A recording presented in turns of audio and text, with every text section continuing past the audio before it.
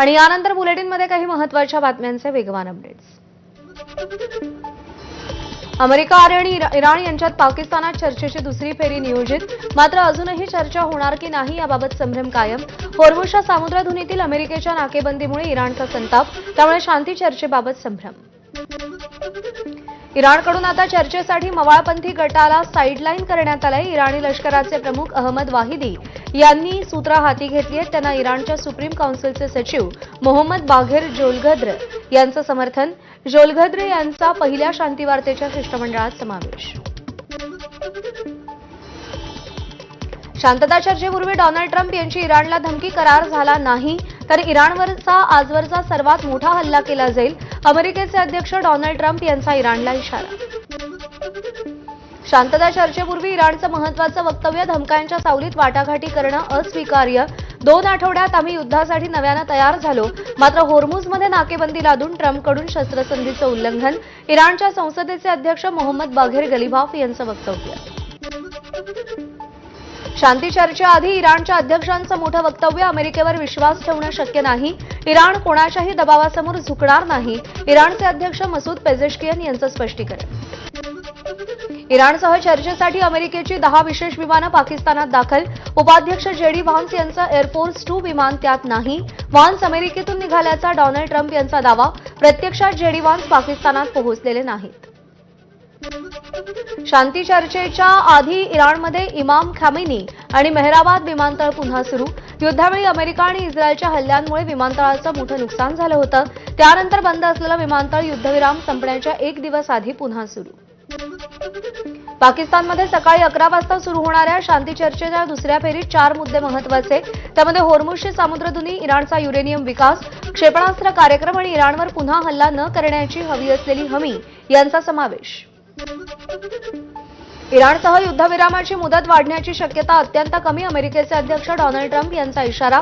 America आणि Iran यांच्यात एकमत होत नाही तोपर्यंत होर्मुझच्या सामुद्रधुनीची नाकेबंदी सुरूच राहील, असंही स्पष्टीकरण। अमेरिकेकडून तेल खरेदी करण्याची स्पर्धा, अनेक देशांची जहाजं तेलासाठी अमेरिकेत। टेक्सास आणि लुइझियानामध्ये तेलाचे टँकर दाखल।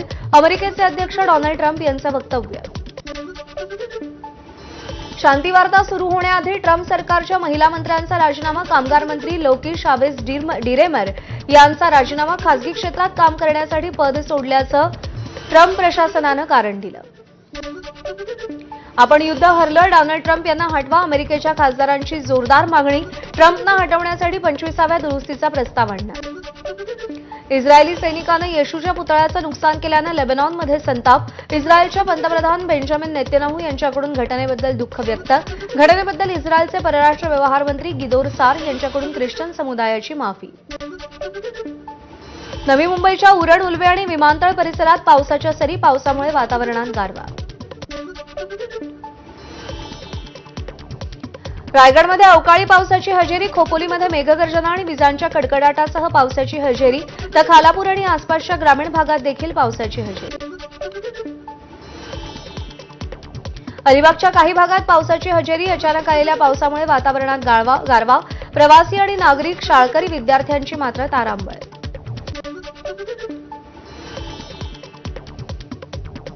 सिंधुदुर्गच्या कुडाळ, सावंतवाडी तालुक्यातील सह्याद्रीच्या पट्ट्यात अवकाळी पाऊस, उकाड्यानं त्रस्त नागरिकांना दिलासा, मात्र पावसामुळे आंबा, काजू पिकावर परिणाम होण्याची शक्यता। परभणीत मध्यरात्री विजांच्या कडकडाटासह अवकाळी पाऊस, उकाड्यानं हैराण झालेल्या नागरिकांना दिलासा, मात्र वादळी वाऱ्यामुळे काही भागात वीज पुरवठा खंडित। यवतमाळमध्ये विजांच्या कडकडाटासह अवकाळी पाऊस, काही भागात वीज पुरवठा खंडित, तर आंबा, उन्हाळी, तीळ पिकांवरती याचा परिणाम होण्याची भीती। पुण्यात किमान तापमानात वाढ, हवामान खात्याकडून येलो अलर्ट जारी, रात्रीही उकाड्यानं पुणेकर हैराण। अमरावती शहरात रात्री अवकाळी पाऊस, अर्जुन नगरामध्ये वीज पुरवठा खंडित। नगरसेवक प्रशांत धर्माळे यांच्यासह नागरिकांची रहाटगावच्या वीज वितरण कार्यालयावर धडक, वरिष्ठ अधिकाऱ्यांना फोनवरून जाब विचारला। रत्नागिरीत उन्हाळ्याच्या तीव्रतेमुळे पाणी संकट, 40 लघु प्रकल्पांमध्ये केवळ 34.34% पाणीसाठा, 3 धरणं कोरडी ठाक, पाणी टंचाईची स्थिती गंभीर। पुणे शहरात गुरुवारी पाणी पुरवठा बंद, बुधवारी मध्यरात्री 12 पासून गुरुवारी रात्री 12 पर्यंत पुरवठा बंद, तर शुक्रवारी पुण्यात उशिरा आणि कमी दाबानं पुरवठा होणार। पुरवठा जल केंद्रातील तांत्रिक कामासाठी पाणी पुरवठा बंद. पंढरपुरात दुष्काळाची दाहकता वाढली. उजनी धरणाशेजारी पात्र कोरडं. नवीन बंधाऱ्यासाठी शेतकऱ्यांचं 5 दिवसांपासून आंदोलन. माढा इंदापुरातील शेतकऱ्यांचं कोरड्या नदीपात्रात आंदोलन. राज्यातील शासकीय निमशासकीय कर्मचारी आणि शिक्षकांचा आजपासून संप. जुन्या पेन्शन योजनेसाठी राज्यातील 17 लाख कर्मचाऱ्यांचा बेमुदत संप. ठोस आश्वासन मिळेपर्यंत संप मागे घेणार नाही, कर्मचाऱ्यांची भूमिका. मुंबईच्या जेजे हॉस्पिटलमध्ये कामबंद आंदोलन. शासकीय कर्मचाऱ्यांच्या संपात जेजे हॉस्पिटलमधील कर्मचारी सहभागी. सरकार चर्चेसाठी बोलवत नाही तोपर्यंत आंदोलन सुरू ठेवणार, कर्मचाऱ्यांचा इशारा. राज्यातील शासकीय निमशासकीय कर्मचारी शिक्षकांचा बेमुदत संप. छत्रपती संभाजीनगरच्या घाटी रुग्णालयातील 600 परिचारिका संपात सहभागी.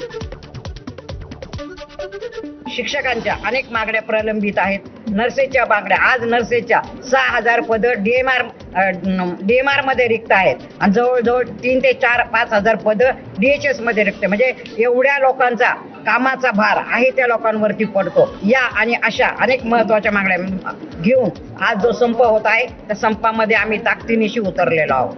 मग आज तुम्ही परिचारिका ड्युटीवर जाणार आहे का नाही जाणार? आम्ही कुणीही ड्युटीवर जाणार नाही, परंतु जर मास कॅज्युअलिटी आली, समजा ऍक्सिडेंट झाला, एकदम 50-60 पेशंट आले, तर आमची टीम तयार राहील. राज्य सरकारी कर्मचाऱ्यांतर्फे या 15 महिन्यामध्ये 6 ते 7 वेळा सरकारशी विविध प्रकारे चर्चा करण्याचा किंवा बैठक घडवून आणण्याचा प्रयत्न केला होता, पण सरकारला वेळ नाहीये. सरकार साधं चर्चेला देखील बोलवत नाहीये. मग कर्मचाऱ्यांच्या हातात संपाशिवाय दुसरं काही उरत नाही. तर हा संप मी तर म्हणेल थोडक्यात हा घडवून आणलेला संप आहे.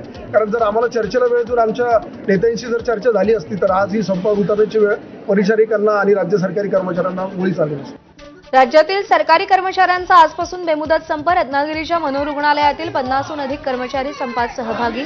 जुनी पेन्शन योजना लागू करा यासह विविध मागण्यांसाठी संप. नाशिकच्या तपोवनसह गंगापूर रोडवरच्या वृक्षतोडीचा मुद्दा ऐरणीवर. पर्यावरणप्रेमी महापालिकेवर मोर्चा काढणार. पर्यावरणप्रेमींच्या मोर्चाला मनसे पाठिंबा देणार. पनीरच्या नावाखाली चीज अॅनालॉग विकू नका, एफडीएचा इशारा. पनीरऐवजी चीज अॅनालॉगच्या विक्रीची एफडीएकडून गंभीर दखल. चीज अॅनालॉग वापरलं असेल तर मेनू कार्डात लिहिणं अनिवार्य. महायुतीच्या उमेदवार सुनेत्रा पवारांच्या प्रचारासाठी मुख्यमंत्र्यांची आज बारामतीत सभा. खासदार सुप्रिया सुळेही उपस्थित राहणार. यावेळी महायुतीचे नेते आणि सुप्रिया सुळे एकाच मंचावर येणार. बारामतीमध्ये आज सुनेत्रा पवारांच्या प्रचारार्थ सभा. सभेआधी उपमुख्यमंत्री सुनेत्रा पवार आणि पार्थ पवारांकडून सभास्थळाची पाहणी. आगामी विधान परिषदेच्या निवडणुकांसाठी मोर्चे बांधणी. विधान परिषदेसाठी माझा विचार करावा. 5 वर्ष आपण प्रामाणिकपणे पक्षाचं काम केलं. भाजपच्या रमेश राजूरकर यांची पक्ष नेतृत्वाकडे मागणी. त्या निवडणुकीमध्ये जे काही मी काम केलंय, पक्षाची जी बांधणी केली आहे, संघटन मजबूत केलं आहे आणि जिथं पक्षाला स्थान नव्हतं अशा ठिकाणी आपण तिथे भाजपचा उमेदवार निवडून आणला पहिल्यांदा. त्यावेळेस मला तिकीट द्यायचं कबूल झालेलं होतं, परंतु काही कारणामुळे पक्षाने माझा विचार केला नाही किंवा काय, तर अशा वेळेस यावेळेस माझा पक्षाने जरूर विचार करावा अशी मी त्यांना विनंती केली आहे. महिला आरक्षण विधेयकाच्या समर्थनार्थ महायुतीचा आज जनआक्रोश मोर्चा. मोर्चानंतर वरळी डोम इथे मेळाव्याचंही आयोजन.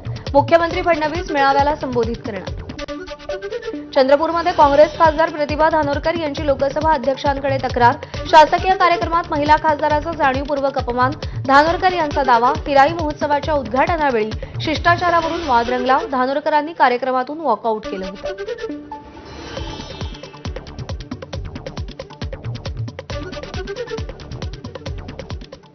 आणि यानंतर आपण